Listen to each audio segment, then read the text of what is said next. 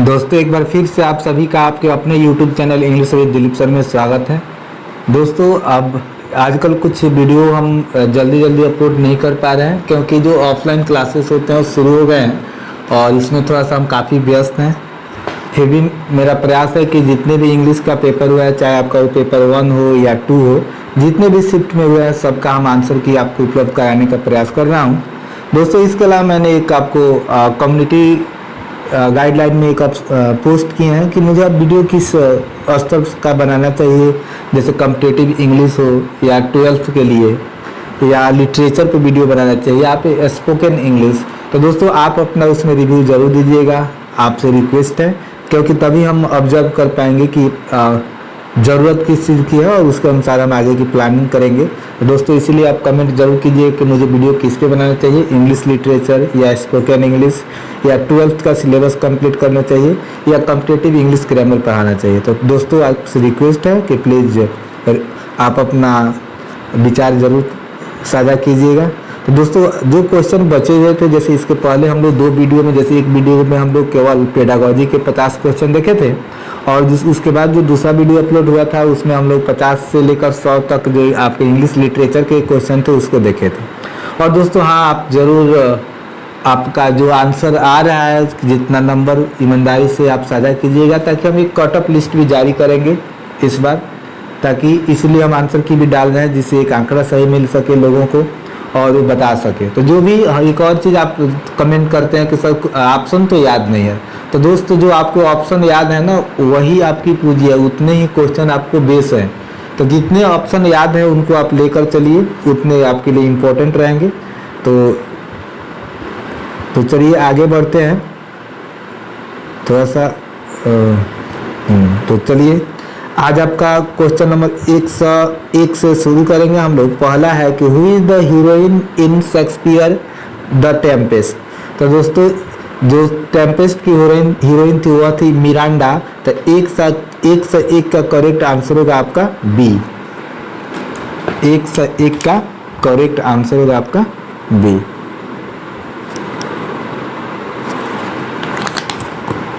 आगे बढ़ते हैं। 102 नंबर सवाल आपके सामने है अभी कि what is the unique quality of Dickens humour. तो दोस्तों 102 का करेक्ट आंसर बी होगा, लेकिन आपके आंसर की में दोस्तों आंसर आया है ए। गूगल पे सर्च करने के बाद भी इसका करेक्ट आंसर मतलब स्पष्ट नहीं हो पा रहा है, लेकिन हाँ पैथोज भी नहीं मिल रहा है, वहाँ पे ह्यूमर एंड सटायर मिल रहा है। तो अगर कंप्लेन करना हो तो आप 102 पे कंप्लेन जरूर कीजिएगा, क्योंकि इस पे कुछ संशय हैं। तो चलिए दोस्तों आगे बढ़ते हैं और अगले क्वेश्चन को लेते हैं। यह है आपका अगला क्वेश्चन। अगला क्वेश्चन कहता है कि Emily Bronte's novel authoring Heights makes us reminiscent every now and then of the. दोस्तों इस क्वेश्चन पे भी डाउट है। इसमें आंसर जो दिया गया है वो आपका ए है, लेकिन इसका आंसर गूगल पे बहुत सर्च करने के बावजूद नहीं मिल रहा है। तो यदि आप कोई संशय हो, डाउट हो, तो इस क्वेश्चन पे आप जरूर कंप्लेन कीजिएगा। अगला क्वेश्चन है कि हु सेड माई हॉट एक एंड अ ड्रॉसी नंबनेस पैंट्स। इसको जॉन किट्स बोले थे। तो 104 का करेक्ट आंसर होगा दोस्तों बी। बात करें 105 की, तो इसमें है कि चार्ल्स डिकेंस जो थे उनकी कवि जो नोवेल्स थी वो मुख्य रूप से किस प्रकार की होती थी, तो वह कंटेम्प्रेरी सोशल कंडीशंस पे आधारित थी। तो 105 का करेक्ट आंसर होगा D. The lake district in England is associated with. दोस्तों आपके होंगे यह विलियम वर्ड्सवर्थ। दोस्तों इनका जन्म हुआ था लेक डिस्ट्रिक्ट में और वहीं से मतलब वो एक प्राकृतिक नज़ारा का एक सुंदर उदाहरण है और वहीं से इनके अंदर प्रकृति के प्रति प्रेम जगी थी। 106 की बात करें तो लिखा गया है कि how many acts are there in Shelley's lyrical drama Prometheus. तो प्रोमीथस में 4 एक्ट्स हैं, तो करेक्ट आंसर होगा आपका B. What award was given to Thomas Hardy as a great novelist. वो है आपका करेक्ट आंसर होगा, इनको नोबेल पुरस्कार दिया गया था, सी होगा करेक्ट आंसर। तो दोस्तों आपके जितने भी आंसर सही लग रहे हैं, जो आपको याद है कि हमने कौन सा ऑप्शन टिक किया था, तो आप जरूर कमेंट में बताइएगा, ताकि एक अनुमानित हम आपको कटअप लिस्ट जारी करेंगे। What is the central theme of Bernard Shaw man and superman. तो 109 का जो दोस्तों आंसर दिया है बी, लेकिन आप गूगल सर्च कीजिएगा तो वहाँ पे इस ऑप्शन पे भी कुछ संभावित साक्ष्य मिल रहा है। अब दोस्तों इस मैन एंड सुपरमैन को आप कोई भी उठाते हैं तो वहाँ पे सेंट्रल आइडिया स्पष्ट नहीं हो पा रहा है, और हम बुक में भी सर्च किए हैं तो ये जो क्वेश्चन है स्पष्ट नहीं हुआ है, यहाँ पे थोड़ा सा कंफ्यूजन है, तो आप इस पर भी कंप्लेन कर सकते हैं।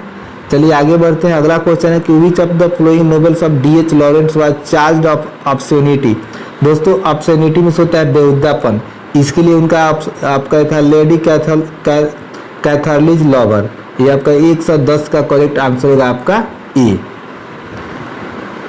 आगे बढ़ते हैं और आगे कुछ क्वेश्चंस को लेते हैं। अगला क्वेश्चन आपका कहता है कि वर्ड्सवर्थ प्रोल्यूड इज अ, दोस्तों जो वर्ड्सवर्थ का प्रोल्यूड था ना वह एक ऑटोबायोग्राफिकल पोएम था, तो 111 का करेक्ट आंसर होगा आपका बी। बात करते हैं 12 नंबर 112 की कि which of the following is a novel written by Mulk Raj आनंद। दोस्तों इसका होगा आपका करेक्ट आंसर द अनटचेबल।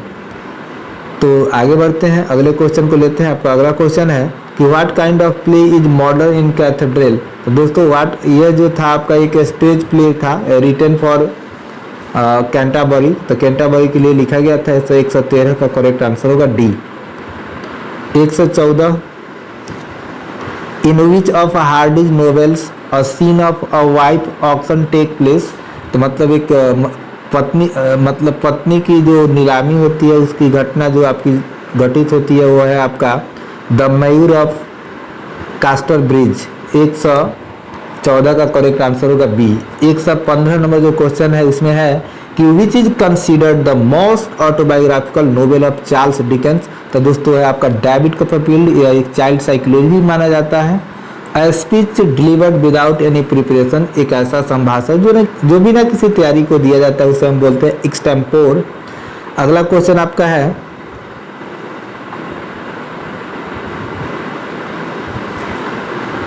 कि a person who travels to a sacred place as an act of religious devotion, तो उसे हम बोलते हैं Pilgrim. A person who regards the whole world as his own country, दोस्तों यहाँ पे होगा कॉस्मोपॉलिटन। आगे बढ़ते हैं और आगे के क्वेश्चंस को लेते हैं। दोस्तों यहाँ से आपके कुछ ग्रामर के क्वेश्चन हैं और यहाँ प्रीपोजिशन का सवाल है। तो असेम्ड ऑफ मिस होता है लज्जित होना। 119 का करेक्ट आंसर होना चाहिए सी। 120 की बात करें तो इसके लिए है आपका ऑप्शन जो दिया है, जैसे the award was entirely in favour of my client. तो ऑप्शन जो है ऑप्शन के अनुसार आप कह सकते हैं कि ये आपका इनकरेक्ट होगा इन द फेवर ऑफ। दोस्तों डेक्स्टोरिटी में होता है कुशलता, निपुणता। तो यहाँ पे स्किल इसका सिनोनिम्स होगा। देखिए यहाँ पे सिनोनिम्स चाहिए आपको 171 से 75 तक। स्टैटिक में होता है बहुत ज़्यादा खुश होना, एक्सट्रीमली हैप्पी, इसका करेक्ट आंसर होगा 122 का। अब आपके सामने है क्वेश्चन नंबर 123। 123 सुपर एनुएटेड मिस होता है दोस्तों रिटायर्ड। सुपर एनुएटेड मिस क्या होगा? रिटायर्ड। तो 124 का करेक्ट आंसर होगा आपका ए। भीगर मिस होता है दोस्तों स्ट्रेंथ, शक्ति, पावर। आगे बढ़ते हैं। अब दोस्तों यहाँ से आपको कुछ अपोजिट्स अर्थात एंटोनिम्स की ज़रूरत है। जैसे आपको लिखा है एक्स्ट्रावेगेंस, मैंने बहुत ज़्यादा खर्च, तो इसके लिए होता है दोस्तों इकोनॉमी, मित व्ययी। तो यहाँ पे 126 का करेक्ट आंसर होगा आपका बी। अगला क्वेश्चन जो है आपका है कि कंपैशनेट का एंटोनिम्स क्या होगा? दोस्तों कंपैशनेट में होता है काइंड, दयालु, तो इसके लिए होगा आपका मर्सीलेस। 127 का आंसर होगा ए। आगे है दोस्तों लुमिनस का अपोजिट क्या होगा? दोस्तों लुमिनस में से होता है चमकीला। तो लुमिनस में से होता है चमकीला, तो यहाँ पे चमकीला का अपोजिट हो जाएगा डिम। करेक्ट आंसर होगा 128 का बी। बात करें 129 का ट्रांसपेरेंट में से होता है दोस्तों, मतलब इसका जो अपोजिट होगा वो होगा आपका ए। ट्रांसपेरेंट का अपोजिट होता है ओपेक, अपारदर्शी, किसका अपोजिट हो जाएगा? मर्की में से होता है दोस्तों डिम, तो इसका चमकीला हो जाएगा। मर्की होता है मतलब ये बुझिए कि एक ही सिनोनिम्स एंटोनिम्स यहाँ पे सेट किया गया ज़्यादा सवाल, तो जिनका ये इस पे पकड़ होगा लगता है उनका सवाल 2-4 सही हो जाएगा। आगे के सवाल दोस्तों आपके ग्रामर से हैं, जो 2 सवाल आपके नरेशन से हैं। तो चलिए दोनों को देखते हैं। बहुत ही आसान सवाल आए थे नरेशन के, जो लोग पढ़े होंगे। दोस्तों जब किसी वाक्य का आपको नरेशन बनाना हो तो सबसे पहले उसमें आपको देखना होता है इन्वर्टेड कोमा के अंदर अर्थात रिपोर्टेड स्पीच को, और तब देखना होता है रिपोर्टिंग वर्ब को। तो रिपोर्टेड स्पीच के अंदर हेल्पिंग वर्ब से शुरू हो रहा है, मतलब इंटरोगेटिव सेंटेंस है, तो अब आपका रिपोर्टिंग वर्ब आस्क्ड में बदल जाएगा। और देखिए यहीं पर सिर्फ एक आस्क्ड लिखा गया है और कहीं पे नहीं लिखा गया है। इंक्वायर्ड भी होता है लेकिन यहाँ पे इफ चाहिए आपको, और इफ के बाद आपको जो यू है सेकंड पर्सन ऑब्जेक्ट के अनुसार बदलेगा, तो यहाँ पे माई से होगा, तो इसलिए यहाँ से आपका 131 का करेक्ट आंसर हो जाएगा सी। बात करते हैं 132 की। तो यहाँ पे जब किसी वाक्य इन्वर्टेड कोमा के अंदर क्वेश्चन वर्ड हो तो यहाँ पे क्वेश्चन वर्ड से ही आपका सेंटेंस शुरू होगा। तो यहाँ पे देखिए व्हाट दिखाई दे रहा है और यहाँ भी व्हाट है, लेकिन यहाँ पे हैड आ गया है और यहाँ पे वाज आ गया है, और यहाँ पे डू है ना, तो ये पास्ट हो जाएगा। तो यहाँ पे क्लोज पास्ट है, जो प्रेजेंट के वर्ड होते हैं दोस्तों पास्ट में हो जाते हैं, और इस क्वेश्चन जो होता है सर्टी में बदल जाता है। 132 का करेक्ट आंसर होगा आपका ए। दोस्तों आगे कुछ सवाल हैं जो पैसिव वॉइस के हैं। अभी आपका 133 में सवाल है कि आई सा हिम लिविंग द हाउस, मैंने उसे घर से जाते हुए देखा। तो दोस्तों यहाँ पे जब वॉइस बनाएंगे तो ऑब्जेक्ट चाहिए, तो ऑब्जेक्ट यहाँ पे वही है सब जगह। अब इसके लिए V2 है तो वाज चाहिए, तो he was scene living the house by me. Option के अनुसार आपका 133 का करेक्ट आंसर होगा बी। दोस्तों आप ज़रूर ही बताइएगा कि आपके कितने मार्क्स आ रहे हैं, क्योंकि अभी लग रहा है कि सरकार अभी आंसर की देने के मूड में नहीं है। सब काम अब इलेक्शन के बाद ही होगा। बड़ी दुर्भाग्यपूर्ण है कि कोरोना काल में एग्ज़ाम हुआ और सरकार अभी इतना रिस्क लेकर और सोई है। उसको बहाल ही नहीं कराना था तो एग्ज़ाम नहीं लेना चाहिए अभी। The noise of the traffic kept me awake, जो ट्रैफिक की शोरगुल था नहीं उसने मुझे जगाए रखा। तो आई वाज केप्ट, यहाँ पे आपका ऑब्जेक्ट है, यहाँ पे सब्जेक्ट जाएगा। तो I was kept awake by the noise of the traffic, I was kept awake, ये आपका करेक्ट आंसर हो जाएगा ए, क्योंकि यहाँ पे केप्ट फ्रॉम द नॉइस और यहाँ पे बाय द के रूप में गड़बड़ है। ये होगा 134 का। दोस्तों अब आगे के क्वेश्चन जो है आपके रीअरेंजमेंट्स के हैं, ध्यान से देखिएगा। यहाँ पे है कि दोस्तों जब किसी वाक्य की शुरुआत होती है तो नाउन से होता है, और यहाँ पे है आपका नाउन। अब यहाँ पे देखिए अब बुक के बाद यहाँ पे कुछ एडिशनल इंफॉर्मेशन दिया गया है। तो containing memorable letters of Churchill, मैंने एक किताब है जिसमें चर्चिल के कुछ महत्वपूर्ण पत्र हैं, वह पब्लिश्ड हुआ है। तो QPRS करेक्ट आंसर होगा आपका बी। अब यहाँ से कुछ सवाल हैं इजी। दोस्तों इसी इजी क्वेश्चन को 10 क्वेश्चन जो है इजी क्वेश्चन को देखकर कुछ मित्रगण बोल रहे हैं ना कि जो 10 तारीख का एग्जाम था ना बड़ी ही इजी था। दोस्तों पेपर आप 9th की बात करें या 10th की बात करें दोनों ही सेम है। यदि आप 10th वाले पेपर का आप पेडागोजी पर्सन देखिएगा तो आपको पता चलेगा कि कितनी टॉप क्वेश्चंस पूछे गए हैं। उसके अलावा कोई भी टीचर है, जैसे आप ही टीचर है पढ़ाते हैं, तो आप लिटरेचर नहीं पढ़ाते हैं। जनरली बहुत कम ही लोग होते हैं जो लिटरेचर पढ़ाते हैं ग्रेजुएशन का और पीजी का, तो आप लिटरेचर पढ़ाते नहीं है, ग्रामर पढ़ाते हैं, तो ग्रामर पे आपकी पकड़ है। तो 9 तारीख के एग्जाम में तो ग्रामर 2 से 3 आया है, ज़्यादा से ज़्यादा 4 ही होगा। लेकिन आपका जो 10 तारीख का एग्जाम है उसमें ग्रामर बहुत ही कम आया है, 3 से 4 आए हैं। लेकिन 9 तारीख के एग्जाम में ग्रामर ज़्यादा आए थे। तो ग्रामर चाहे जितना भी भास्ट आए, जो टीचर होते हैं जो पढ़ाते हैं उनके लिए ग्रामर इजी होता है लिटरेचर की तुलना में। तो लिटरेचर इसमें काफ़ी टॉप लेवल के थे। जैसे आप कोई भी हो, अगर आप नेट की तैयारी नहीं करते हैं तो आप जनरल इंट्रोडक्शन जानते हैं, लेकिन आप 10 तारीख की बुक देखिएगा पेपर में तो इसमें इंट्रोडक्शन के अलावा क्वेश्चन काफ़ी डीप पूछे गए हैं, आपको बिल्कुल अंदर से, और वो भी काफ़ी अच्छे लेवल के सवाल पूछे गए हैं। गूगल से भी बहुत सवाल स्पष्ट नहीं हो रहे हैं, ऐसे बताना तो दूर की बात है। तो इसलिए आप दोस्त ये नहीं कहिए कि आपका पेपर आसान था, मेरा टॉप था।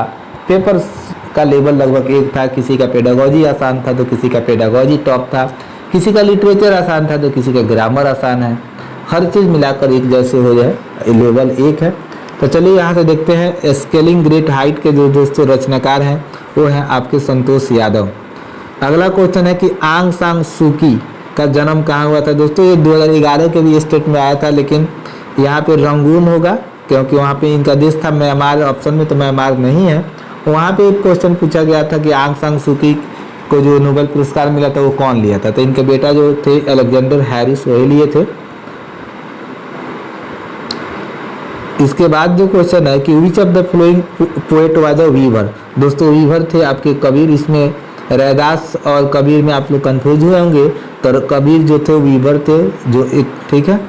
आगे है कि into the haven of freedom my father let my country awake, this is on inspiring poem of Rabindranath Tagore. दोस्तों 11th का जो पहला पोएम है उसी का आखिरी पंक्ति है यह, तो 139 का आपका होगा सी। अगला क्वेश्चन है कि धर्मयुद्ध 9th क्लास से 10th क्लास से सवाल है और 11 से कि into Dharmayuddha is a story of a young girl, तो 140 का करेक्ट आंसर होगा बी। 41 की बात करते हैं तो identity of human is the identity of human race. दोस्तों बहुत से लोग कंप्लेन कर रहे हैं कि यहाँ पे बीइंग होना चाहिए। दोस्त ये बुक में, टेक्स्ट बुक में दिया हुआ है 9th क्लास के, वहाँ पे आप अच्छा से ऑब्जर्व कीजिएगा आपको मिलेगा, तो यहाँ पे ह्यूमन रेस होगा आपका करेक्ट आंसर। आगे है कि on his blindness is a famous poem of दोस्तों John Milton.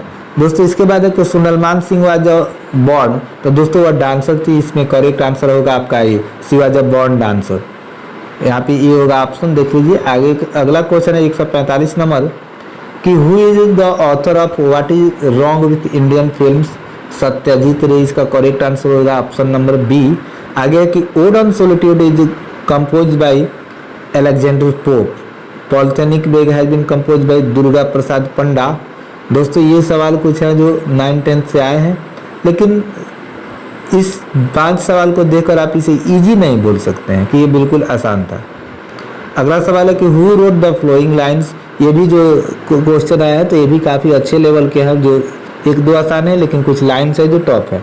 Who wrote the following lines, the her tears carved a river and sea broods on its bank hot and confused, उसके आंसू नदियों की धारा को जन्म देते थे।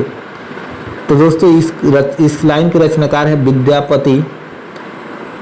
अगला है क्वेश्चन कि Martha used to tell her story in the Hazel Glen, Hazel Glen correct answer हो जाएगा 149 का सी। आखिरी क्वेश्चन है 150 का आपका आंसर होगा नॉन ऑफ दीज। यहाँ पे जनवरी नाइट्स के आप प्रेमचंद रचनाकार हैं, तो 150 का आपका डी होगा। 150 का दोस्तों डी दिया भी है। तो दोस्तों इस प्रकार से आपके जो क्वेश्चंस थे वो कंप्लीट हुए 150। अगले वीडियो में हम आपको लाएंगे 9 तारीख का जो एग्ज़ाम हुआ था उसके पेडागॉजी का आंसर की और लिटरेचर का। तो दोस्तों आप सभी का वीडियो अंत तक देखने के लिए शुक्रिया। दोस्तों आप लोग वीडियो को शेयर भी कीजिए और आपसे रिक्वेस्ट है कि हाँ आप अपना जो भी मार्क्स प्राप्त किए हैं, गेन किए हैं, उसको ज़रूर कमेंट में बताएं।